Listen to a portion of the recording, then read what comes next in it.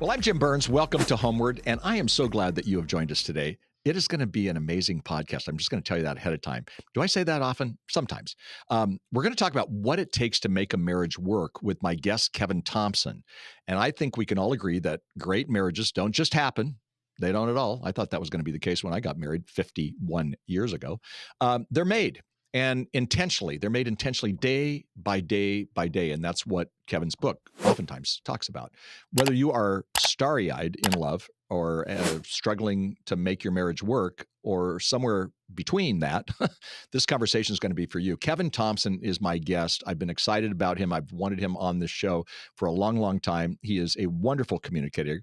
Kevin is the married life pastor at one of my favorite churches, honestly, in America. It's called Bayside Church, the greater Sacramento region of California. He's the author of numerous books, including Friends, Partners, and Lovers, which is what we're going to talk about today. He's also the author of Fearless Families, which I've read and I like. I want him back on our podcast to do that. And his most recent book is called Stay in Your Lane, Worry Less, Love More, and Get Things Done. After this conversation, you're going to want to get to know Kevin and all of his stuff. He's married to the lovely Jenny. I met her this year. They met in college, although Kevin would say that they met before college. We may have to ask him about this, but Jenny doesn't remember it. That would be so my family. Okay. They have two children. And a bit of a backstory. We were just talking about this before the podcast started. I was sitting in Maui, Hawaii. I know, suffering. Actually, we had all of our family there. And I'm reading Kevin's book, Friends, Partners, and Lovers. And the title is huge. And I was kind of embarrassed. I needed a brown paper bag to be sitting out there. But I texted him immediately and I just said, this is an amazing book. I kept leaning over to my wife and going, oh, you got to read this. This is great. She sometimes takes that not as positive, like, oh, you need to hear this. And it wasn't. It's just really well done. I actually sent it to my friend Doug Fields, and he's gone through it. So anyway, it's great. You're going to love this conversation. So Kevin, welcome to the podcast. Hey, Jim, what an honor it is to be with you. And so thank you so much for your kindness to me. You've been so kind over the years, and it's great to be here with you today. Well, great to be with you. And I hear this Southern accent. So you're in Sacramento. Is that Southern Sacramento? It's yes. No, that's exactly right. So Jenny and I and the kids have been here for just over 4 years. So originally from Arkansas, born and raised in Arkansas, was on a church staff there for 19 years before coming to Bayside in 2021. Yeah, it's exciting. I heard you were coming and I was excited about it. And we're going to have two podcasts with you. And in the second podcast, I'm actually going to ask you why would and so we're not going to talk about it now, but why would a lead pastor of a great church in Arkansas, move to the crazy place of California? And we'll hear about that. Hey, you say that in your book. You say that most marriages don't die of something like adultery. They actually die of apathy. What do you mean by that? Yeah, I think we all often think that when a marriage goes bad, it goes bad loudly. And so we get the picture of couples fighting and, the affair's been revealed and the fight's happening and everybody's lawyering up.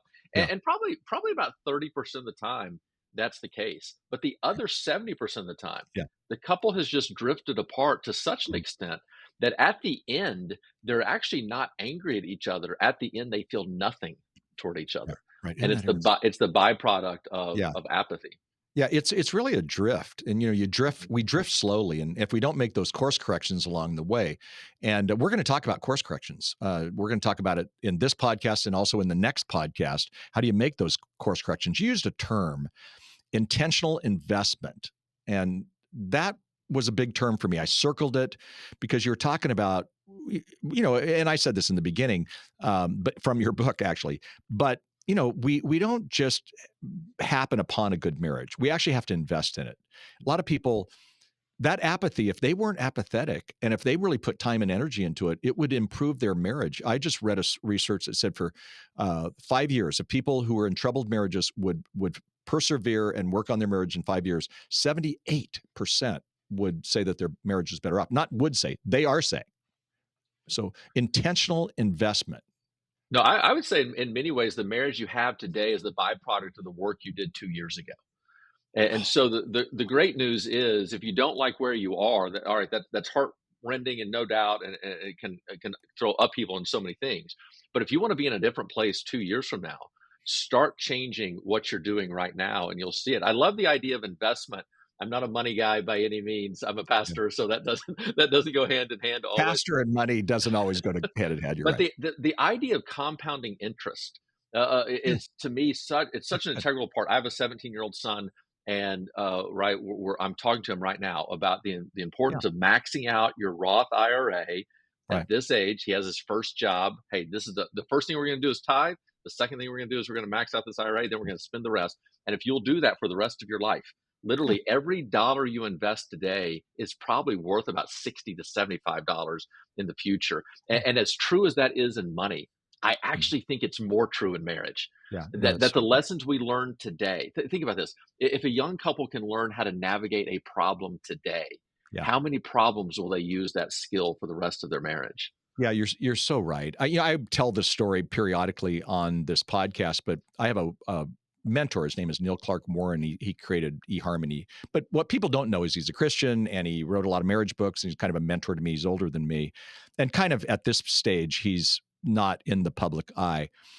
But one day we were up in his office. I was doing some consulting for him with eHarmony on the Christian side, and we were talking about communication, and we'll talk about this in here. We'll talk about differences. Kathy and I have a lot of differences, and I was telling him about our differences. And he said, Jim, communication is a learned trait. He was like a coach to me. Communication is a learned trait. And I actually think that there's so much we can learn about marriage and we can learn about how to improve our marriage, but people don't take the time and energy. And one of the things that you said, and I just picked this up, it's just a phrase, but I have to admit, I stole it yesterday. I was on a radio show that I'm on regularly called New Life Live. It's the largest Christian counseling show in the world. 2 million people a week listen to the show. Wow. And I use this. But I want you to expand upon this called the power of little things, because I think it's exactly with what we were just talking about. You say that makes all the difference in the world. What does that mean? And then what are those little things? What are some of those little things? Yeah, I think we tend to oversell the big issues in marriage and Yeah. undersell the small Yeah. ones. Yeah. And so I often think Wow. about the power of a micro connection. So my wife Jenny, she owns her own advertising company, and so she's busy. Obviously, I have the church, and I'm busy in what I do. We're probably not going to spend a ton of time together today. Now, Yeah. throughout the week, we will, but today Sure. probably Sure. won't Sure. be. But the importance of us having these micro connections at certain points Yeah. throughout the day makes me feel seen, known, loved, valued, makes me understand what's going on in her life, make sure that I'm remembering her and thinking about her throughout my day. And I think the micro connections are actually maybe Yeah. more important Right. than even the 2 hour date night, although that's important as well. But we Right. tend to undervalue these small things Yeah. that a little thing of, as I come home from work day, her office is there at the house. As I come in today, do I greet her first? Right. Or do I Right. just go do something? And I think those very small things, I don't think a great marriage requires 24 hours a day, 7 days a week, Right. 365 days a year. I think it really is. It's 15 seconds here, it's Yeah. 30 seconds there that Yeah. remind us we are in this together. Yeah. No, I agree. I mean, Kathy and I have a good marriage. We always say when we're speaking together, we have a high maintenance marriage. But my daughter Heidi, who has our two of our grandkids of the four, and she goes, Dad, you always greet the grandkids before me now. Oh, yeah. Huxley, how are you, Bodie? What's going on? And, oh, hi, Heidi. So I said, oh, Heidi, I didn't mean to. And I've actually gotten better. And now I go to Heidi. And I mean, well, not always, but I try. But Kathy goes, sometimes you come in and you greet the dog before me. Yeah. Yeah. And I had never thought of that. And I never thought that would bother her. It's kind of her dog, but the dog comes running up to me. She doesn't always do that, but it was just funny. But yeah, you're so right. It's those simple little things. Now you said something in the book that actually made me laugh out loud. And I was just reviewing the book again this week, and I saw it again. So at many of the weddings that you perform, and you've performed loads of them, you sometimes say to the younger couples, there are two things I guarantee you. One is you're clearly in love with each other, of course, great. Secondly, you don't have an idea what you're doing. You have no idea what you're doing, I think is what you say. And it's so true. I mean, it's true with my life. But Yeah. talk about that. Well, I even think about it for Jenny and I. We've been married 25 years, and the way I explain it is we know what it takes to be married 25 years. we're finding out what it takes to be married 26. Oh, so good. Because it would be foolishness for us to Right. just assume that I mean, it's the old book title, right? Whatever got you here won't get you there. I think Yeah. that applies in marriage because seasons Yeah. change, lives change, all So those kind of things. So I love to do a wedding, especially whenever you have a young couple, and they're so excited. I have no doubt yeah. they're in love. Right. But I think about whenever I send them back down the aisle now as Right. husband and wife, Right. I Wow. am sending them into a future they have no clue what it's Right. going to demand of them. Right. But God does. And, Yeah. and now, literally, if they will just live out the vows that they just repeated with this great trust in God and His sovereignty, Right. then they can really make it. Yeah. But I love the idea of approaching it with the understanding I don't know what this is going to be like. We're going to figure this out together. Yeah, and the interesting side, what you just said, and this was an aha mic drop for me, that, you've been married 25 years, but you don't know how to do 26 years, and none of us do. And so what they come in when they come into a marriage, and, this is the time of the year from Thanksgiving to the 14th of February. That's when people get engaged, of course. Yep. And, if you bring them into marriage counseling and you always ask them pre-marriage counseling, what brought you together? We're in love, and they Yep. honestly think that they have it all together. They don't. Yep. That's why it's so key for them as well as all of us to keep working on our marriage, like listening to this podcast. Um, Hey, Jim, think about it yeah, this way: is think about the difference. If I approach year 26 with the assumption that I know mhm, exactly what it's going to take, yeah, right, then I'm not going to work. I'm not going to be considerate. If yeah, struggle happens, it's going to shock me. yeah, And yet, if I approach year 26 with the idea of we've never done this before, so I right, have to learn, I have to grow. Of course, we're going to have struggles. Of course, we're going to have to learn new skills. We're yes, going to get things wrong. I think just that change in perspective, and if it's true yeah, at 26, it's definitely true at year one as well. So yeah, I don't think it's an insignificant concept of what our right. anticipation and our No. expectation actually is. No, it really is true, and at each phase, if you would, of our marriage, things happen. I'm working with a lot of people in doing life with your adult children because I Mhm, wrote a book on it. So what they tell me about that phase, and, the demographic of divorce, the strongest demographic divorce right now is 50 and over, mhm, and it's because they put no energy into it. They didn't reinvent themselves. They got apathetic, as we talked about yep, earlier, and now they're looking up going, "I'm lost. I don't even know this person. I don't even like this person." So it means investing in each time, and it is different. I mean, when Kathy and I, at about 25 years, we all of a sudden started having sick parents. Well, we had never talked. It never had entered our mind. We started having teenagers. I was a youth pastor. This is going to be the breeze. And I'm like, wait, you don't like us? You don't understand. In youth ministry, we were loved. Okay. We're not fun. What? And so that played into a marriage. And we actually had to kind of reinvent our marriage. And that's what I hear you mhm. saying is you kind of have to reboot, if you would, to do that. Uh, now, you tell us in your book that there are kind of three people that you marry. And it's not the Trinity, but there are three elements, at least in this, types of relationships: friend, partner, and lover. And in the first podcast, all we're going to talk about is friendship, and then we're going to go to partner and lover in the next podcast. But I want to throw the word out, friend, and I want you just to kind of respond to that. I mean, what do you mean a friend? Yeah, I mean, this goes back to Genesis chapter 2, right? So when God created Adam, he says, "It's not good for man to be alone." He paraded all Yeah, the animals in front of Adam, right? There's a task, and we'll talk about this in the next podcast. There's a cultural mandate that yeah, Adam was to carry out that you and I are still supposed to carry out, and God could see that we wouldn't be as effective in okay, that doing it alone. So he parades all the animals in front of Adam, and think about this: the animals are going to be useful to right, carrying out that cultural right, mandate. But there was something that wasn't right about them that suddenly is right about evil. What is it that's right about Eve that wasn't right about the other animals? And I think it is this concept of equality. It's this idea of a co-image bearer that yeah, with all the other animals, Adam was going to be in charge. They would be useful. There would be relationship in the mhm, same way that you have one with your dog, as you talk about your wife's dog. But at right, the same time, there's a master and a servant. And right, the dog does not truly know you. And you know that. right, You know there's a right, separation of what's going right, on there. So right, when Eve is created, I think what is created now is this. Remember the text, helper fit for him. What's the fit? right, I right, think the fit is this image of equality. So I always have couples whenever I'm doing marriage conferences to kind of illustrate this. I have couples stand up stand side by side and hold hands. mm, And I say, that's the image of friendship. That mm, Jenny and I are walking through life hand in hand together. She's not behind me and I'm dragging her along. She's not right. above me and she's pulling me up or I'm pulling her Yeah. down. It is, again, we're equally ignorant walking through life trying to figure this Yeah. out. And to me, friendship now is built on trust. Yeah. And so I love that image of a held hand because it comes from the idea of a shaking of a hand where you were showing that you weren't armed. Right. Well, Right. with Jenny, I'm not armed. I'm going to be vulnerable with her, and now Yes. because we trust one another, we have this sense of friendship about us. And the great thing is, in a healthy marriage, in this world that's so isolating, in a healthy marriage, you're never alone. Yeah, no, that's so good. In the book, I remember one of the quotes was, "As a friend, we ensure someone is always on our side." Yes, Safe. But it takes trust. And yes. that's not the case with every marriage. And we'll unpack that. We're going to take a quick break. We'll be right back. All things Kevin Thompson are on our podcast show notes. So go to those show notes. You'll get to learn more about him. You can tell we've got a great conversation continuing.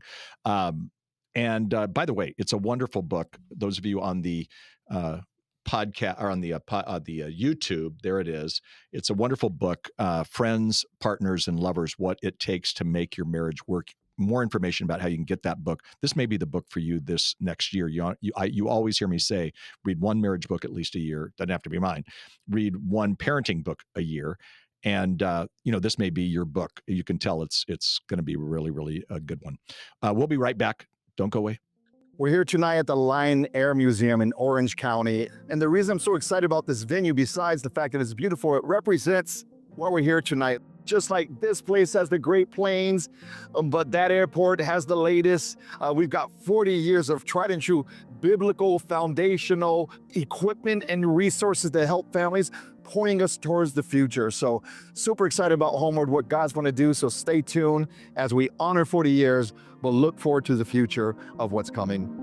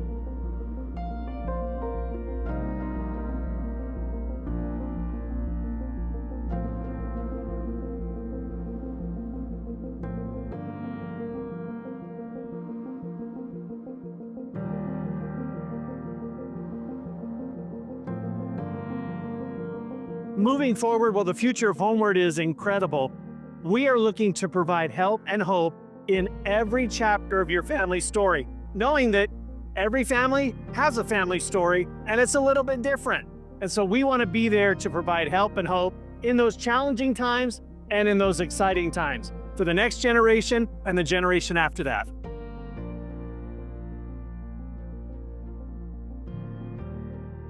Welcome back. I'm Jim Burns. What a great conversation we're having today with Kevin Thompson. By the way, again, that book is called Friends, Partners, and Lovers: What It Takes to Make Your Marriage Work. It's so practical, so helpful. Like I said, I texted him from the beach when I was reading it, although it was kind of weird reading that title on the beach, but that's another story. Kevin, we were talking about friendship, and I want to go a little deeper on this. And you say that really the most productive way to improve a marriage is to deepen your friendship. How some people may be going, I don't even like this guy that sits across from me. I don't even know this woman who is there. She's so involved with the kids, or she's so involved in her work, or she's so involved in this, or this guy has this or that. How do you do that? How do you improve a marriage by working on your friendship when you don't look at him even as a friend right now?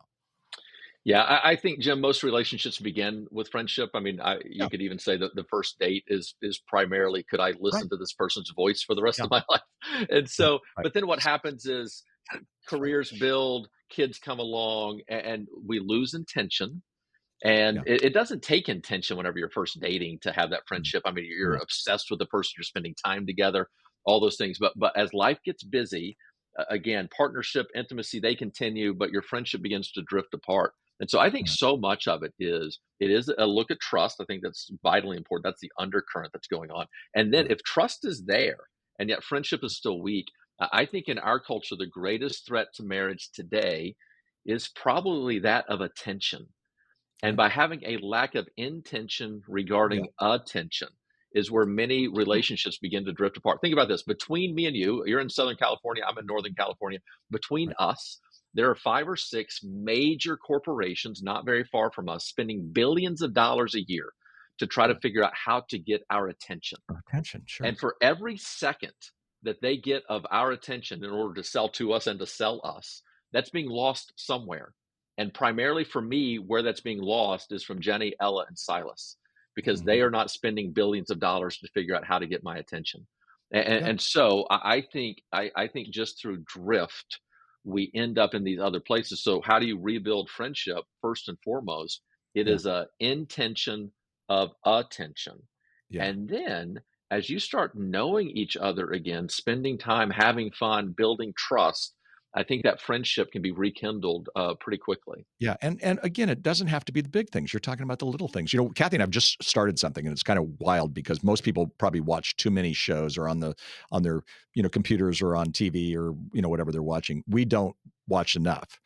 So I said, hey, I want to start something once a week. I'll be in charge of dinner, and let's watch a movie together because again, we love movies and we'll go out to movies, but we just don't sit at home and do that. I mean, a lot of people do, and God bless them, and some do too much. We don't. So second dinner was last night, and I didn't say I was going to cook the dinners. So the first night was some kind of a barbecue salad thing that we both like, and then I had said, she goes, "Hey, what are you going to do for dinner?" And I said, "Well, actually, I was thinking of a pokey, and then some edamame." And some people are like, "I have no idea what you're even talking about." And then I said, "Salmon bowls." From just a local place. And she goes, "I don't want that." And I was like, "Wait, I'm in charge." And she goes, "I don't want that. I want the tortilla soup from, whatever." Well, that was even cheaper. So I bring this, we did that, and then we watched this movie. It was the second time we've done this. And she goes, "This is really great." She goes, "You haven't cooked a meal yet." And I go, "Well, would you rather have something from a reputable place or me cook my grilled cheese sandwiches?" That's pretty much all I got. She goes, that's a good point. But we, after all these years, said we need to invest in that. And again, it's a friendship. We weren't talking. We were watching. Both times we've watched comedies because I don't know why, but we were looking for something light, and it was great. So we enjoyed each other's company. But again, even after we watched that, it is something that encourages our relationship, and so the friendship part is so good. Now I'm going to use you for a moment as kind of my authority on this. I'm going to tell you a story about my daughter Becca. So my daughter Becca had lived in New York. She now lives in Los Angeles, but she was living in New York and single, and all of a sudden, I started seeing on social media, and she had traveled with me for 4 years, so she's been all over the world with me, and we're close. And I said, "Hey, I'm noticing on social media that there's a lot of pictures of you and Andy, who you went to college with, and I've known this kid since college, and Becca's now in her mid-30s. But I said, "Are you guys like dating?" And she goes, "Well, we're best friends, Dad." But I said, "Well, are you dating?" And she goes, "Not really, but we're spending more time. He's a rock star, and his band is in New York, and where she is, but he's my best friend, but there's no spark." And she said, "Don't you need a spark?" She's talking to her dad. Now it's kind of moved toward a mentor, and I'm thinking, marry the best friend. Give me a break, right? And I said, "We got to have a little spark. I mean, don't you have any kind of spark?" She says, "Well, he has a spark. He's like, he'd marry me tomorrow, but I just don't have, even what I had with other guys in college." And in college, they were friends. They'd never dated. So I go, "Well, I don't know." This is around Christmas. In late February, Andy calls me. He's never called me in his life. And I love this kid, and he's not a kid. He's in his 30s. And he said, "Jim, really nervous. I'd like permission to ask Becca to marry me." And I'm like, "Andy, that's cool." Now I'm thinking back to the conversation. There's no spark, but we're friends. And I said, "So have you and Becca talked about it?" "Not much." Um, he says, "I have a ring." I said, "Well, good. So did you guys go out and look at rings?" He goes, "No, I designed it by myself." He's a total uh, artsy guy. I designed it by myself, and I'm thinking this could be one of those disastrous YouTube things where he gets on his knee and she flees. But I know it's her best friend. 2 months goes by. I tell Kathy, but I don't tell anybody. I can't talk to Becca about it because Andy obviously needs to do this on his own. He goes on tour. So he's on tour around the world. And finally, it's a Tuesday evening. I get a FaceTime from Becca. She's on the Brooklyn Bridge with Andy, and she's showing me this ring. So I'm excited. And she goes, "Where's mom?" Well, she forgot that mom for 15 years, even when Becca lived with us, for 15 years has taught a Bible study on Tuesdays. And so mom's not there. She goes, "Oh, I'll call mom when the Bible study's over." It's going to be midnight by that time for her. And I said, "Oh, I want to talk to you tomorrow morning real quickly too." And she smiled. So when we get together, I'm giving you too long of a story probably, but I want your input on this. So in the morning, it's 5:30, 8:30, she's walking to work in Brooklyn. And I said, "Hey, Becca." She goes, "Let me tell you why you're calling. You want to know if the spark has happened." I go, "I'm sorry, you know me too much." So apparently the spark did happen. What do you say to somebody when it's kind of a long story, I guess, now that I've just done this, but what do you say to somebody who's, I mean, it could be their daughter, it could be somebody that you're in ministry with, where they just simply go, "The spark's not there, but we're good friends." Yeah. Well, maybe you wait like Becca did, because I do think, like you, in general, marry the best friend.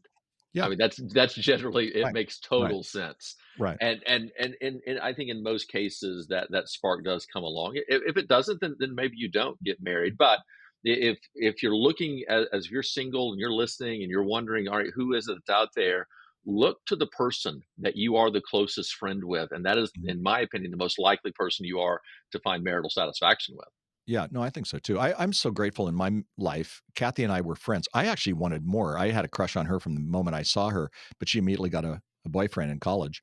And so we became good friends. And I'm so grateful for that because I would have moved in to be the boyfriend if she would have taken me, but she didn't. She took this other guy.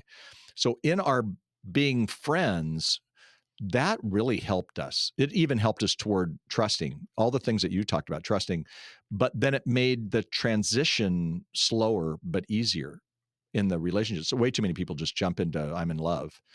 Might be puppy love, but it's real to puppies, but they make poor choices. And that was not the case with me. So I really identified with that. Now I brought this up, but I want to ask you in a sense again, and we don't have much time left, but husband and wives were meant to be best friends. And the fact is everybody isn't best friends, but the ones who are, they do have better marriages. You've said that in your book very clearly.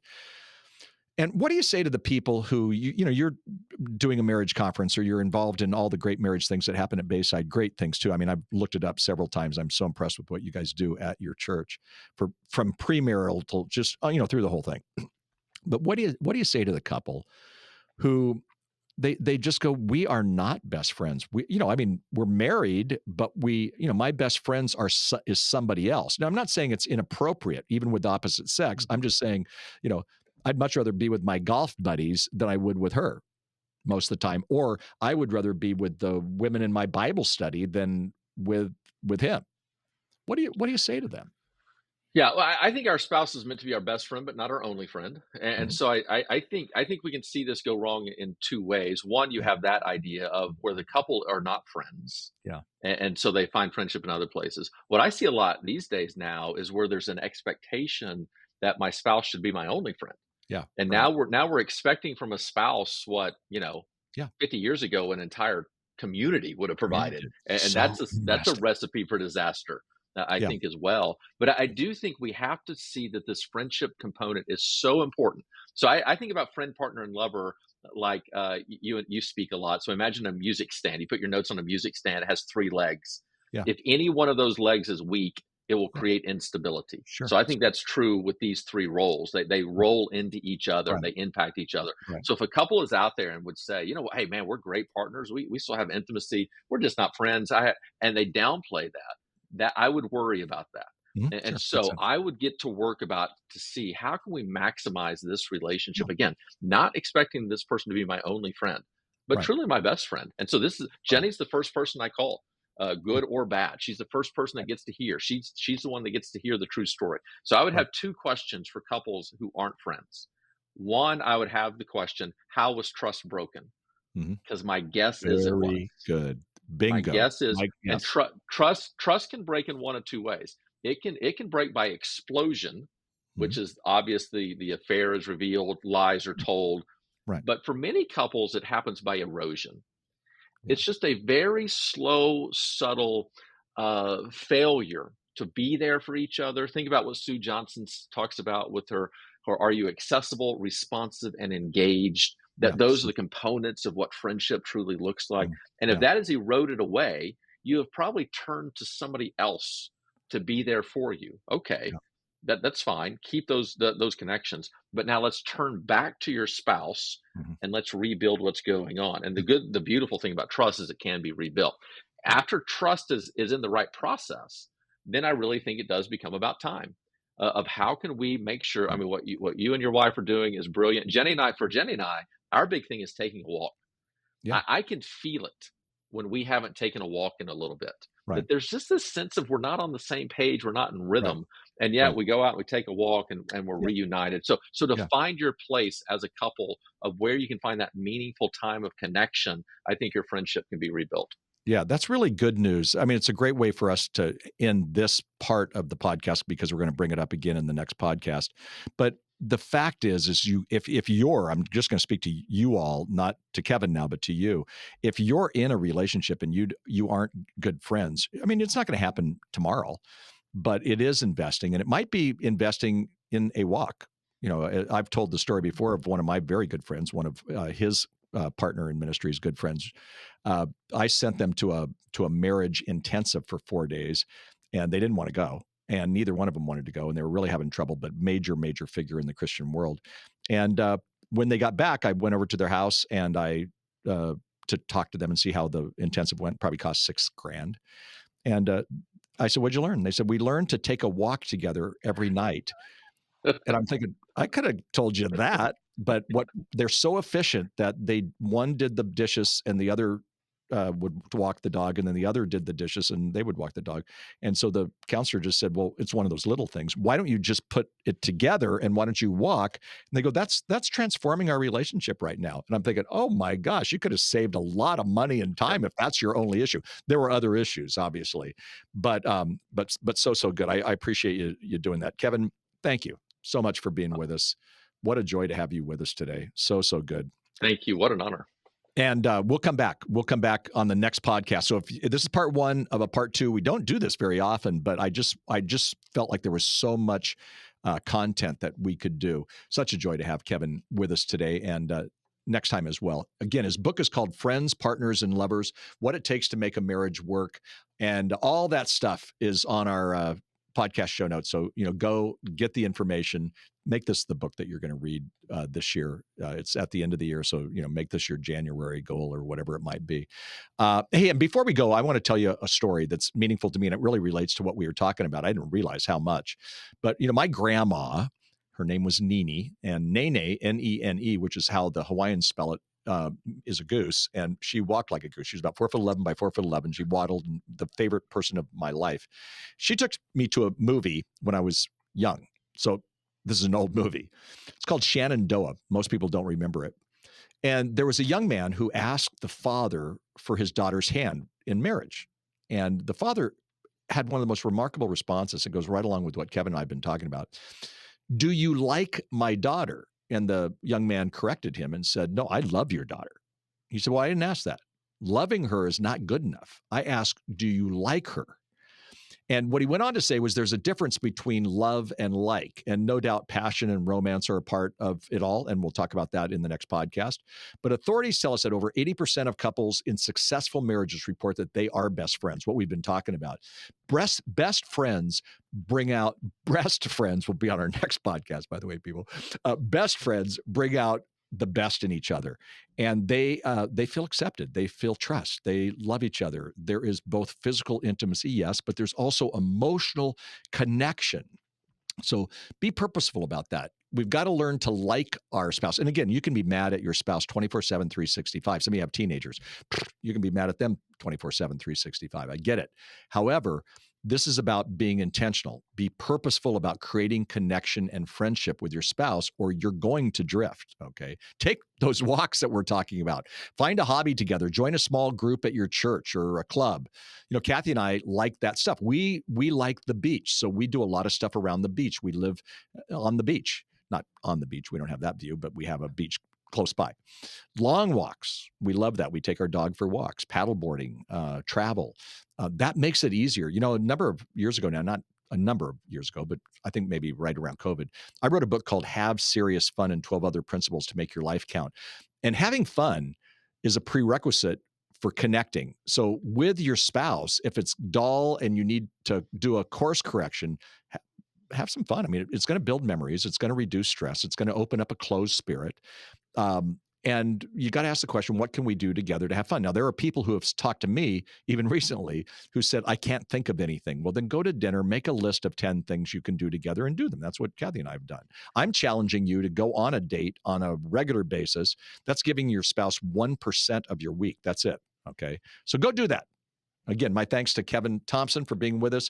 More on the next podcast. And if you like this conversation, send it to a friend who maybe needs to hear it, okay? This podcast goes out all over the world, and we're on every major platform, and we are amazed to find listeners or watchers everywhere across this world on our podcast platforms, also our YouTube channel. So thanks for being a part of the continuing conversation on building strong marriages and becoming confident parents. Until next time, I'm Jim Burns, and you're listening to HomeWord.